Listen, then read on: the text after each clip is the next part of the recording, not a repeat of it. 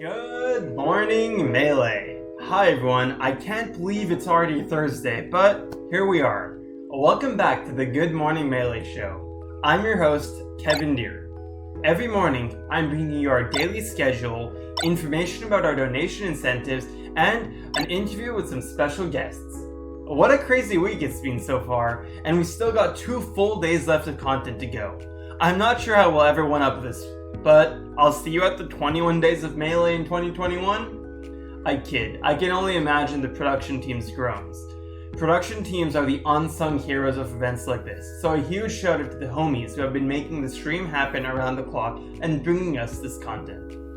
Anywho, if this is your first time tuning in, you're watching the 5 Days of Melee. This is a community-driven initiative to bring 5 days straight of non-stop Melee content live through Twitch TV. In addition to giving you some dope Melee, we're also giving back to charity. Lots of money at that.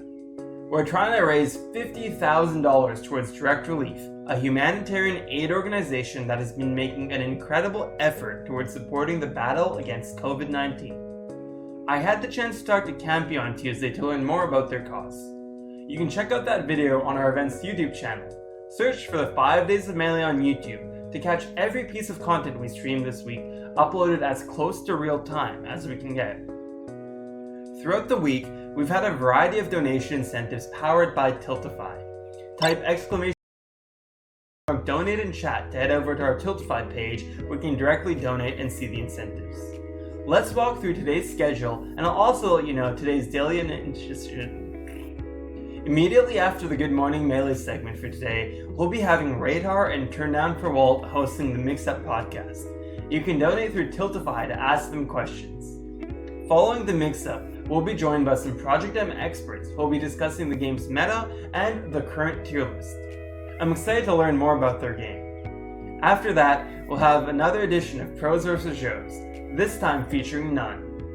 Today's panel will be about representation and will feature some of the folks behind Gaily as well as a crew battle. We may get to see Bobby Scar's Regis Kelly impersonation once again in the afternoon as we take to another episode of Who Wants to Be a Millionaire. CLG will then be hosting a training day where you can learn about how to train and improve at the game. We've got another iteration of Melee show matches which will lead into the NALACS West qualifier. We'll end off the night with another trip back to space playing some Among Us, followed by my favorite chill segment, Grand Finals Through Time. It's still crazy to think that we're almost through 5 days. This has been an incredible event and shows that our community is stronger than ever. Long live Melee, hashtag free Melee, hashtag save Smash. I really don't want this to end, but I'm glad we've got 2 more days of content ahead of us. Speaking of content, I'm excited to present today's interview guests. I'll be joined by Radar and TurndownforWalt from the Mix-Up podcast. Let's head over to the live broadcast and catch up with them.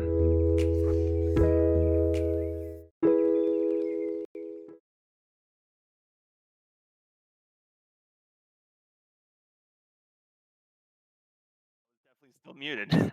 Hi everyone, good morning. Hope you enjoyed that intro video for the day, and welcome to the 4th day of the 5 Days of Melee, and good morning. I'm joined by the wonderful TurndownforWalt on my top right.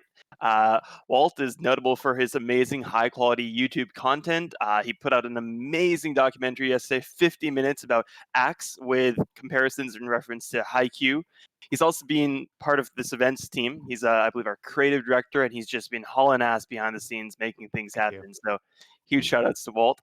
And on my left-hand side, I've got Radar, a fellow Canadian, actually lives pretty close to me from what Really I remember. close, yeah. He beat me at a weekly in my garage like 2 years ago. I hosted a summer weekly called Dhir's Den in my garage, and he showed up to those. He's also the creator of Micro Melee, which is an incredibly informational Melee channel. So if you haven't checked that out and you're trying to get better at the game, check out Micro Melee. I've definitely learned a thing or two from his channel, and a bunch more things. Thank you, boys both for joining me today. Hope you all are doing well.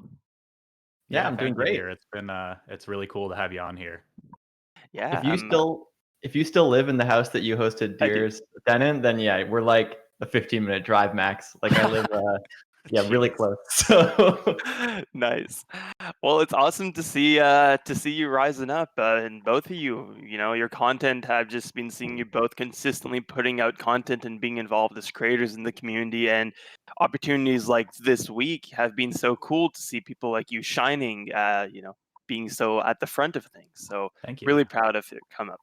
And I wanted to ask you guys both because you guys started the Mix Up podcast. I wanted to ask you guys about how the Mix Up came to be, how you two got connected, and how that relationship started, and how you guys came up with this amazing podcast idea. Radar, you wanna kick Yeah, it off? I can take this one. Yeah. So I don't know exactly when it was. It was probably like 2 months ago. I randomly messaged him and was like, "Yo, do you want to do a podcast together?" And he was like, yes." Like, like I'm not sure when. Like we'll kind of figure that out. And I was saying to him, "Man, trust me, it's a good idea. We can kind of break into the podcast format. I think we both have some interesting stuff to say." And he was like, "Yeah. Eventually." And then we finally coordinated it. Did our first episode, I guess, 2 weeks ago. And afterwards, he was like, "Oh, yo, I'm pretty happy we did that. We should keep doing it. That was pretty good." Like, so that's kind of how it came about. It was just a random. Obviously, we both follow each other on YouTube, so Yeah, it was an interesting conversation because I was a little hesitant to do it at first, just because I'm not super familiar with podcasts.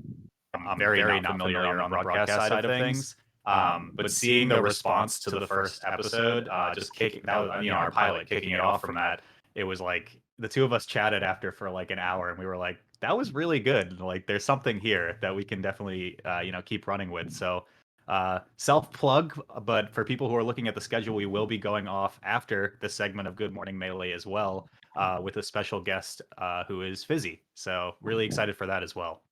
yeah, definitely. That's awesome. For the Mix Up, for the viewers who haven't had the chance to check out your pilot or your other episodes and are excited to watch today, what's the Mix Up all about, and what distinguishes the Mix Up in terms of your topics? And tell me about the Mix Up. Do you want to go or should I? Yeah, I mean, we can kind of play it off, but Okay. I mean, for me, I think like what the podcast hopes to achieve is kind of like there's been kind of a gap in terms of consistent podcasts in the Melee scene that are out there. Like the ones that I can think of right now are Alston Melee. I think Melee Stats just came back as of yesterday. Scar and Toph occasionally. And then there was Analog before that, which I haven't really seen too much of them either. So there's definitely kind of like a gap in terms of this type of consumable content. We want to be able to provide something for people to listen to on their commutes to work, on their drives, whatever they might be doing. And it doesn't have to be limited to just Melee, in my opinion, at least. Like, we have a lot of really cool guests actually lined up with, spoiler alert, with some people in the Rivals of Ether scene, hopefully Project M, and some other games as well. So I think that we can kind of turn this into something that has its base in Melee, but is able to expand to kind of like the FGC as a whole and maybe just gamer enthusiasts. And yeah, I think kind of that my original thought with it was sort of that, like Wallace said, there's sort of a gap, I guess, in the Melee content in terms of podcasts. And I think we sort of have maybe a different skill set than some of the other people and can kind of provide something interesting because of that. But also, I think there's just so many interesting personalities and community members and people that aren't really getting a spotlight. And then there's also a lot of topics outside of Melee that I think are Melee adjacent and are something that people will enjoy having highlighted. And there's going to be kind of that sort of cross community stuff. So, we have a topic list of like 50 different things, and we're only just getting started, but of course we are, a Melee podcast from the start, and you can expect that in future episodes. So we're super excited to have it kind of finally be a thing that's happening. That's really cool. So, for the inspiration around your content, both of you, besides even just what you do for the Mix Up, where do you find that inspiration? Because as someone who's now trying to create content, like I'm just constantly thinking about what can I put in there, and both you guys have created some really creative, inspiring videos that I'd be like, wow, how would I even like come up with that much content? What is your kind of flow as a Melee content creator? For example, Walt, like that 50-minute video yesterday, that must have taken many, many hours. Can you tell me a little bit more about the behind the scenes of being a Melee content creator? Sure, yeah. So full disclosure, the interview portions of that video with Axe, for the people who haven't seen it yet, I implore you to watch it because it helps me, of course. But um, the interview portions of that segment that I conducted with Axe were actually from 2018. So this has kind of been like a kind of in the works, like background project for a while. And then, eventually I think a lot of creators' radar, I'm sure you'll agree, will just hit a point where you're like, I'm just gonna freaking make this thing. Like I just have to do this at this point because it goes on for so long uh on the back burner and then you just forget about it or you go for it. Um for something like that, the way that I see melee content, I think as a whole, is I like to use this game as kind of like a canvas for anything. Like I do content in many other forums. Like I do cooking videos, I have travel vlogs, all on like different platforms and social media and what have you. But nothing really kind of like captures my attention as much as Melee does.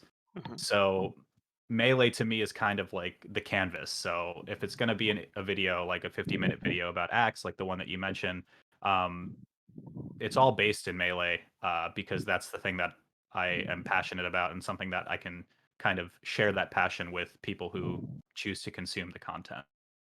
Just a refresher for the question, Kevin. What was the question again? Yeah, I was just trying to ask like where the inspiration comes and how, you find ideas and what those flows and processes are like for you behind the scenes as a content creator in Melee. Yeah, for sure. I definitely think in terms of inspiration, it's other people's content within and outside of the Melee scene. So I think one of the things we're kind of blessed with in the age of YouTube is just so much good content. And if you follow other games, we're on a channel right now that covers Smash, but is also well known for like Dota and other video games. So kind of getting inspired from that. And then in terms of idea generation, I think one of the funny things, I'm sure Walt feels this way as well, whenever people will be like, oh, do you have trouble coming up with ideas? Which is not necessarily what you're saying, but I'm always like, no, not at all. If anything, I have so many ideas, and then actually trying to get those ideas into a place where it is a full video.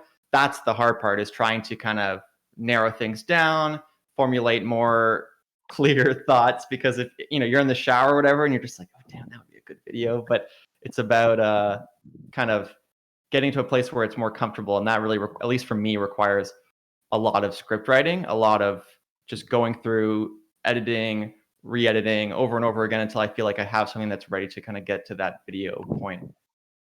That Yeah, makes I sense to agree. me. For both of you, were there any particular videos or content creators earlier or even now in your career as a content creator who inspired you, who were like, oh my gosh, this person's videos are amazing and I idolize them and then one day I want to work with them or make videos like this?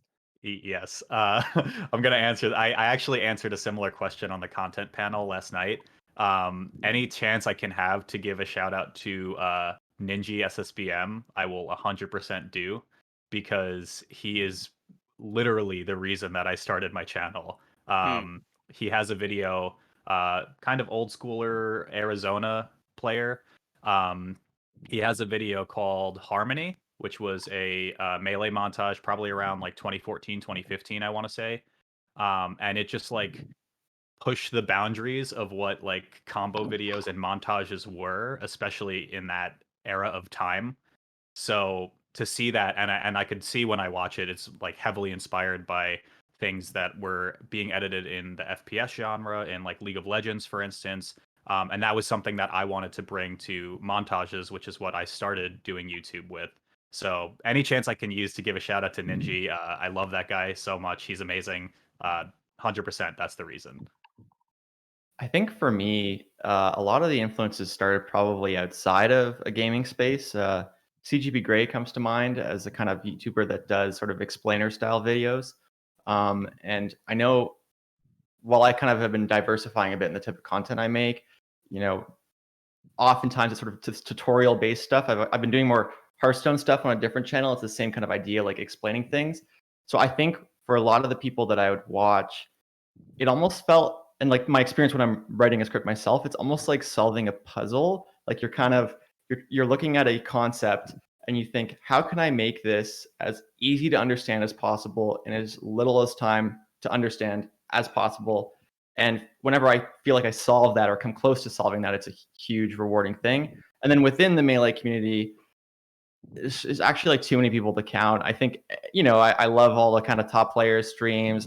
I love Scar and Toph. All the stuff that they've done. It's such an honor to have them as the first Toph as our first guest. That was a huge thing for me, just because those guys are great. So yeah, they're in terms of the Melee stuff specifically.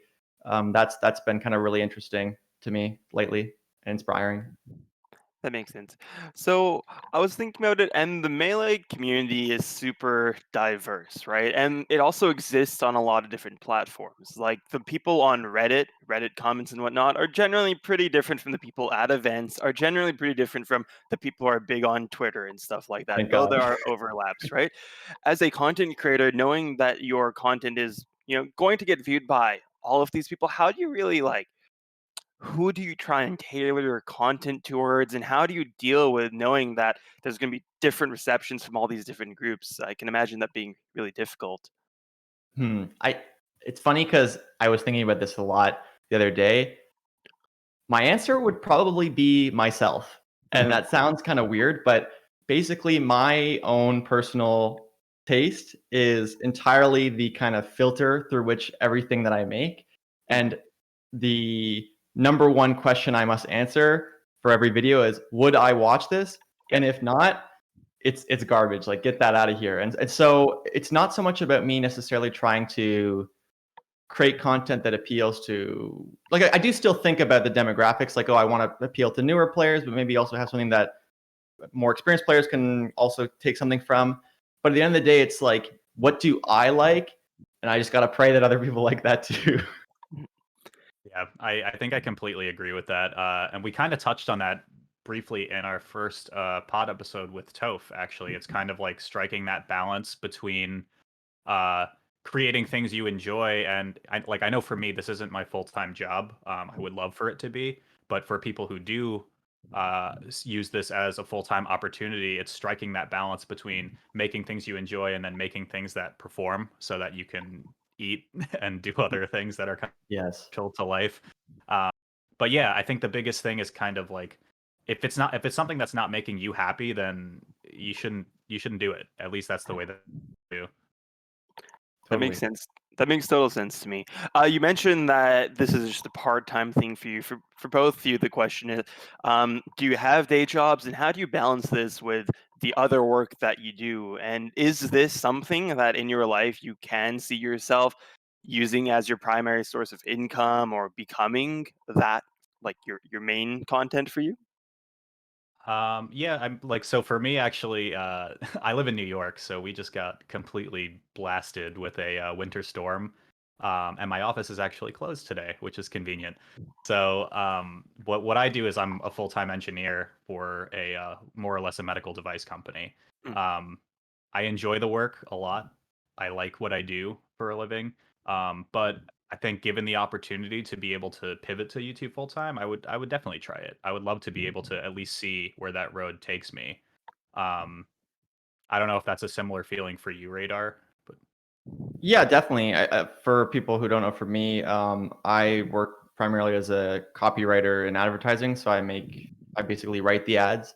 So there's a fair amount of parallels in terms of the kind of creative work I'll do. Like if it's writing a commercial versus writing a video, like there's still some similarities there. But of course, this is obviously something I'm very passionate about. And if there was an opportunity to move into that kind of space, it would be amazing. I think there is a bit of a gap. This is also something we kind of touched on with Toph, of people see someone who has, videos that are hitting 200,000, 300,000 views, like Walt's are, and they think, oh yeah, that must be big money, right? But like a lot of, what's the word?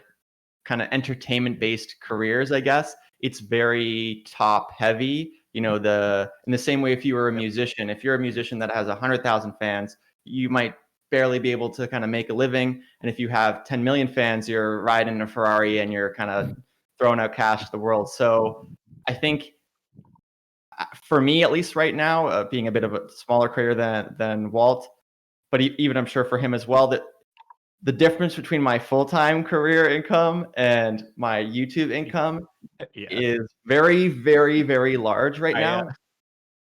I Go just ahead. want to interject because when you said that, and I think we have to wrap up shortly, but I got a comment on one of my more recent videos. It was an open letter to Nintendo, and because I said in the beginning of the video, my second far less lucrative job is YouTube. And I remember, and this is not a call out to the person who said it. Like I love everyone in my comments, whatever. So I can't even remember who it was, but someone said something along the lines of, "Well, YouTube is very lucrative." And I replied back to them and I said, "Laughs in Melee content," because it's definitely good side money, but I'm 100% with Radar. Depending on the level that you're at, and it is incredibly top heavy. It's hard to pivot that into a full-time career when you're at certain mid to low levels of the platform. So I had to say that because I just couldn't stop No, thinking for about it sure. once you brought that up. I think I actually, for anyone who's curious, I posted an article on Twitter, or retweeted an article that was basically about this exact thing, about kind of the content distribution and how there's like the creator middle class. So my Twitter handle is Radar SSBM. I would definitely encourage people to check that out because it just sort of speaks to, if you have 50,000 followers or 100,000 followers, your situation is very different from someone who has 10 million and is making daily videos. Like maybe if you're only making one video a month because it's a 50-minute Axe documentary or something like that, that still gets kind of the same amount of money as a regular video. So Makes sense. My dudes, I wish we had more time. I love talking to you both. 15 minutes is not nearly enough. I have a lot I want to talk to you about still, but I'll end it with one last question. Can you please describe Melee to me in 3 words? Melee to you, what Melee means? Radar, you Or want to the take this one first, or? so 3 words, I'm going to say unlimited potential. Damn. But Nice. what it means to me is same thing, unlimited potential. There's just so much stuff that we haven't even we're here, and it's not the ceiling. There's not just from a meta development, from content, everything. So yeah. Sweet. I'm gonna give a shout out to the beginning of this week where you guys crushed it in the morning. To Jackzilla and Cheat. It is fast, fun, pog. That is I like is how what we did Melee 2 words is. and then a reaction. Yeah. Nice. I love it. Yeah, it's great. I love this game. So Awesome. Thank you so much for joining me on the morning show. Best of luck with your Mix Up podcast. If you're in chat, please stick around where these 2 fine gentlemen will be leading you through the Mix Up podcast. And thanks for joining me today. Have a great thanks a morning, lot, Dhir. everyone. See you later, man.